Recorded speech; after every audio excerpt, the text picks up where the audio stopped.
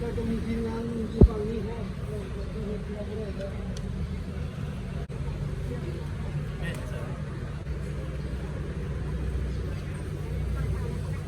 เราอยู่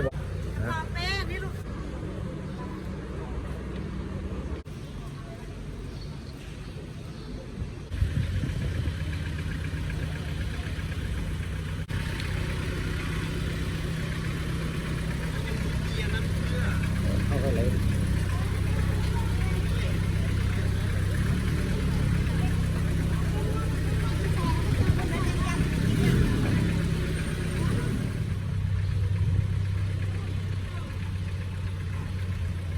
ต้องได้ใส่ซีทเบลต์อีกนะใส่กำลังข้ามสะพานลาวไทยเด้อสบายดีพี่น้องทุกท่านอันนี้ก็น้ำของเนาะตอนนี้ก็กำลังเปลี่ยนเลนเนาะ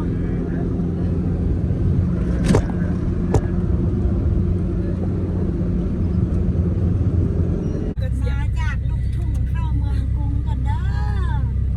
เขาก็เสียไป จอดที่นี่เลยเหรอ จอดข้างหลัง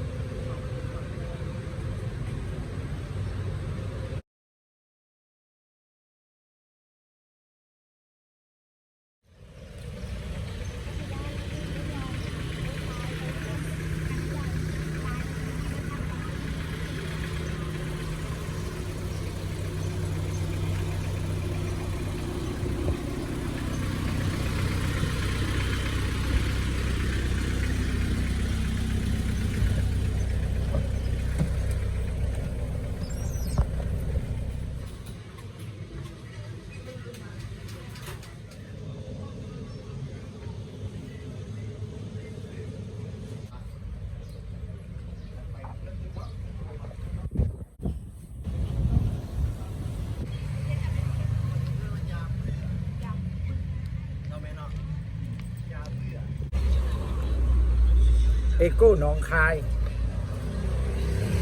แอบหลาย แซ่บหลาย แอบหลายเอโก้หนองคาย ว่าจะเป็นเรื่องงานใดๆขอให้ประสบความสำเร็จมาเนี่ยมาหาข้าวมาฟังหนองคาย มาตัดแว่น มาตัดแว่นอยู่ร้านของมันไอพีรูท ครับครับ สันกับเงาพร้อมนี่นี่ ครับ ตาก็เท่ากันเลย ครับ คนละขางขาดึงแสนแต่สันขาดึงแสนแต่เงาผมเคยเจอโยมนี่โยมมีหลายคนอยู่แต่ว่านานๆเนี่ยเจอเทื่อนึงแบบนี้ครับมันจะเป็นตาที่ว่าต่างกันคนละขั้วอันนั้นยาลูกอันเดียวกัน ทางสั้นทางยาวทางเบิ่งไกลเบิ่งใกล้ ถูกครับถูก มันมีสิ่งใดยากเนาะ ผมจะวัดดูไก่ก่อนนะ วัดดูไกลกว่า ครับดูไก่ก่อนนะเองไงเล่นที่มันบดชัดไม่มีปัญหาคือเล่นเท้ามันเป็นห้อยครับพี่มันเป็นห้อยเลยกับเล่นมันเสื่อมแล้วมันจะเห็นเท้าบดชัดได้อันนี้สบายกว่าบอก ตัวนี้สบายกว่า อันนี้เล่นเท่ากันกับตัวนี้ของพี่เลยเนี่ยครับแม่เท่ากันเลยเพียงแต่อันนี้มันเรียนมันใหม่มันใสกว่าแค่นั้นเองพี่ต้องถอดออกนิดนึงให้แค่นั้นเนาะเล่นใหม่มันจะใสกว่าเด้อผมแนะนำให้ครับดีใจของพี่เลย นี่นิ่มนะครับใช้สบายเลยเบาการใจเทียบของเกาใจง่ายกว่าเกาหน่อยนึงนะไม่ดูแพงว่าจะเบาความเนี่ยของบุรีครับนี่นะสร้างไหนเป็นนิดปักแสนก็เป็นเอาตัวได้ครับถ้าหากว่ามันเป็นค่อยก็ได้พร้อมสั่งได้ครับดูมือให้มีขายคูณ10,000ประมาณ12,000ครับ รุ่นนี้ปี ตัวนี้50กว่าปี58ของเดิมเหมือนครับดูเป็นสมัยเดิมกันที่ห้างแนว บดขายนะ พวกนี้โอเมก้าพวกนี้จะแพงนิดนึงนี่เลือดนึงอะไรโอเมก้าเดี๋ยวไม่รู้เด็ดเท่มากเดี๋ยวนี้ถ้าเอาคิดปล่อยให้20,000แสดงนะ50กว่าปีเลยนี่ BMW มี รถนี่คือการ จักรยานถีบกับถีบติดเครื่อง โอ้รถถีบทางรถจักรเลยมา เอามันเป็นแบบฮาร์เลย์ เอาเมื่อเล้าได้นี่มันแ คันนี้จักรยานคันนี้ แมนฮะที่ว่าโอ้หาคันมันก็ทุกแสนกว่าบาทเลยนะ เสียงกว่าบาท